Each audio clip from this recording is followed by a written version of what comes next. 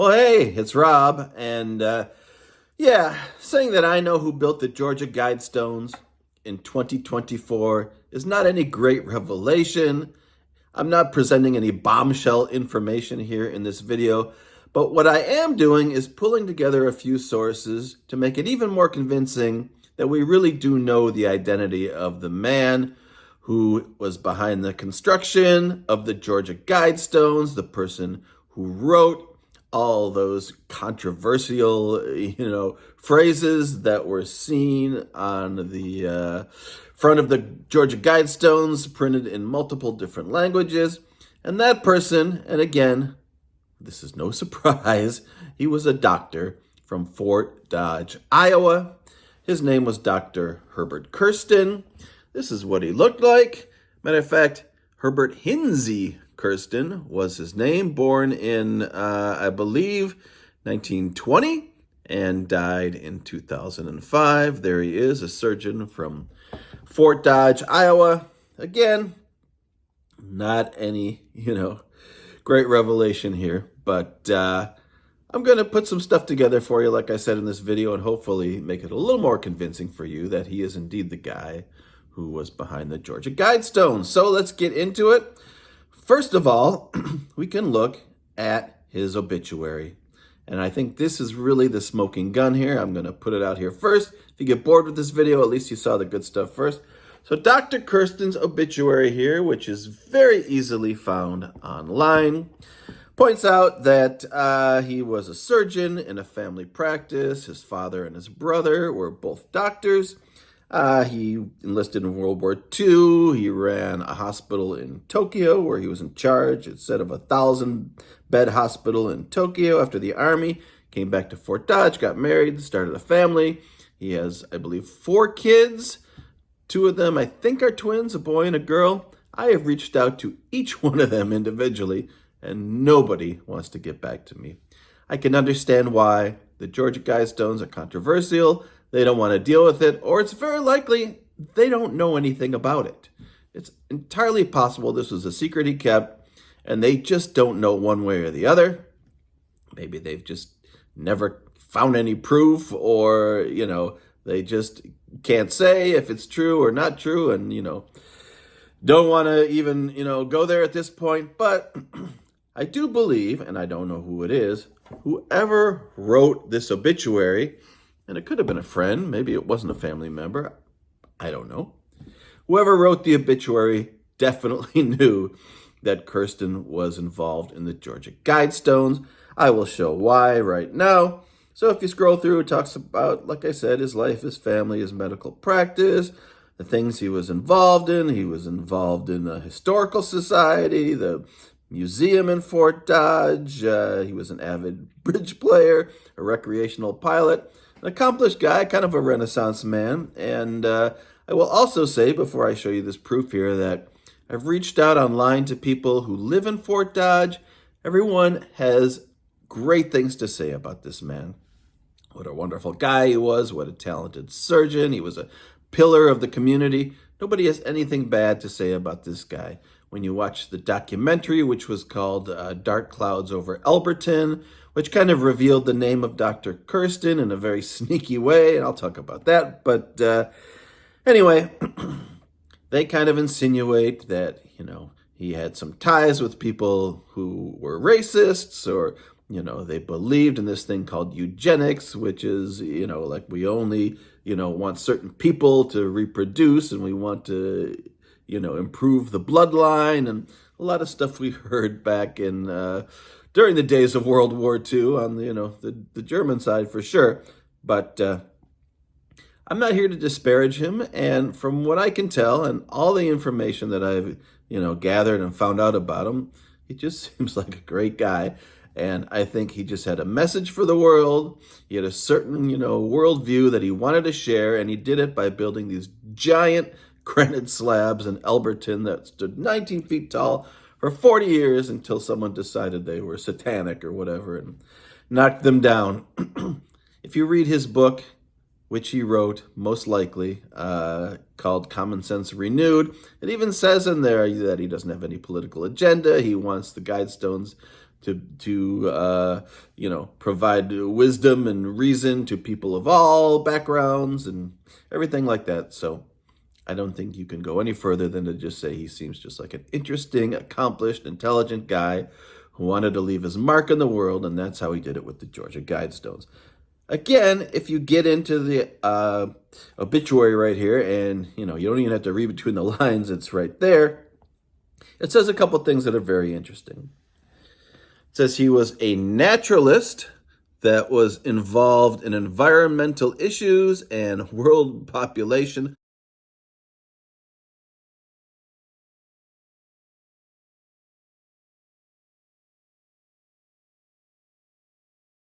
He was a member of the Republican Party. He was interested in livestock, grain farming, music, physics. They actually owned a tree farm, a walnut tree farm called the Kirsten Farm as well. So he was into, conservation and the environment. Once again, he was a naturalist, very involved in environmental and world population issues. And here's the thing right here. Right after that, it says, Dr. Kirsten held a broad world vision of humanity. That's it right there. That is the Georgia Guidestones in a nutshell, a broad world vision of humanity. If you look at the obituary yourself, you can see these things. And the fact that they point out he was a naturalist, he was interested in environmental issues, world population issues, had a broad world vision of humanity. That's everything that's on the Georgia Guidestones. It says, leave room for nature. I think it says it twice, leave room for nature. They talk about, limiting the population under 500 million and, in harmony with nature, improving, fitness and diversity when, it concerns the reproduction of people on the planet, and all these issues that are discussed in his book, Common Sense Renewed. All these things that you see on the Guidestones, they're right here in his obituary. So that's the first thing. The second thing is the history of the Guidestones. A person named R.C. Christian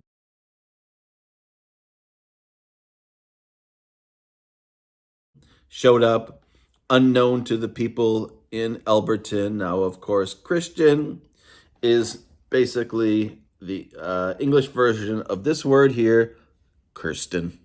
Kirsten means Christian in German. They're the same name. R.C. Christian. Out of all the names he could have picked one very similar to his last name. He showed up. There were two people in Elberton, Joe Fenley, who was the builder, and this guy Wyatt Martin, who was the financier, who was the president of the bank in Elberton, that were involved, in helping who is most likely Dr. Kirsten, bring his vision to life with these giant, granite tablets in Elberton. And there's a documentary out there. It's called Dark Clouds Over Elberton. They make a lot of insinuations about Dr. Kirsten and his background and his biases. And, they call him a racist and this and that, and connect him with some people, who have a very bad reputation. Anyway, I don't think any of that is true. And, at least I could say it's not provable. I just don't see it. The guy was a surgeon, a doctor. He obviously interfaced with many different types of people of all backgrounds and races and financial, situations and everything else. I just kind of find it unlikely that he had this dark side that, kind of he kept from the world or whatever, and these, evil intentions that he wanted to manifest on these tablets. I just don't see it. From everything that everyone says, he was just this great guy and very talented, accomplished, very well respected. And that's as far as I want to go with it, Other people, of course, will say different things. Anyway, in that documentary, so they said, he was connected to all these people, and they reached out to this guy, Wyatt Martin, who was the financier, the bank manager. They found him. At this point, he was an elderly gentleman. I think he has since passed. And they kind of, pushed a little bit and found that he had kept a lot of the records and a lot of the correspondence from this man who called himself R.C. Christian. And when he showed up, he said it was a pseudonym. So they knew right away that was not his real name. He said, I'm I'm a Christian, so my name is R.C. Christian, but they knew it was not true. It was a pseudonym. Anyway, they went into this box in his shed and they opened it up, and Wyatt Martin said, "This is correspondence from R.C. Christian. We corresponded for many years after regarding issues, related to the Guidestones, and we just became friendly." Now, of course, remember the Guidestones, they were trying to expand them. There was supposed to be a ring around them and different stones and things. So this was just like the first phase that we saw that stood for 40 years. But anyway, when they zoomed in on an envelope that was correspondence from this R.C. Christian, they found an address. The address relates to the exact address that you can see in the obituary of Dr. Herbert Kirsten. And, it's hard to refute that. They used a sneaky tactic to find out, I work in film and TV, and, I wouldn't feel really comfortable about getting him to divulge the information in this way, especially because he was an older man. I don't think he was, all the way lucid, at that point in his life anyway. But however they did it, they determined who it was. And I think when you connect the things in the obituary to things we know about Dr. Kirsten and his last name, which is the same, I think you've got a lot of evidence there to back up the fact that Dr. Herbert Kirsten was in fact the man behind the Georgia Guidestones. Again, you can read that obituary yourself. I have one more fact here that I will share with you. And, does it add up to much? Probably not, but it doesn't hurt my case here. And that is that if you go to Zillow and you look at the former home of Dr. Kirsten, there's what you find here. He has this giant rock garden in the backyard of his home. Now, does that look like the Georgia Guidestones? No. But is that a guy who's interested in piling up a bunch of rocks? It certainly is. I don't know if it was there when he moved in. I don't know if he, oversaw the construction of this elaborate rock wall. I do know that I, got a comment from someone when I posted in the Fort Dodge Facebook page that they did some of his gardening and they maintained his, rock wall in the backyard. So I feel like, and maybe I read that they even constructed this house. They may have been the original owners. I have no idea. But I feel like, again, that, even though this doesn't look like the Georgia Guidestones, this is a person who is interested in the natural world, and he liked to pile up a bunch of rocks.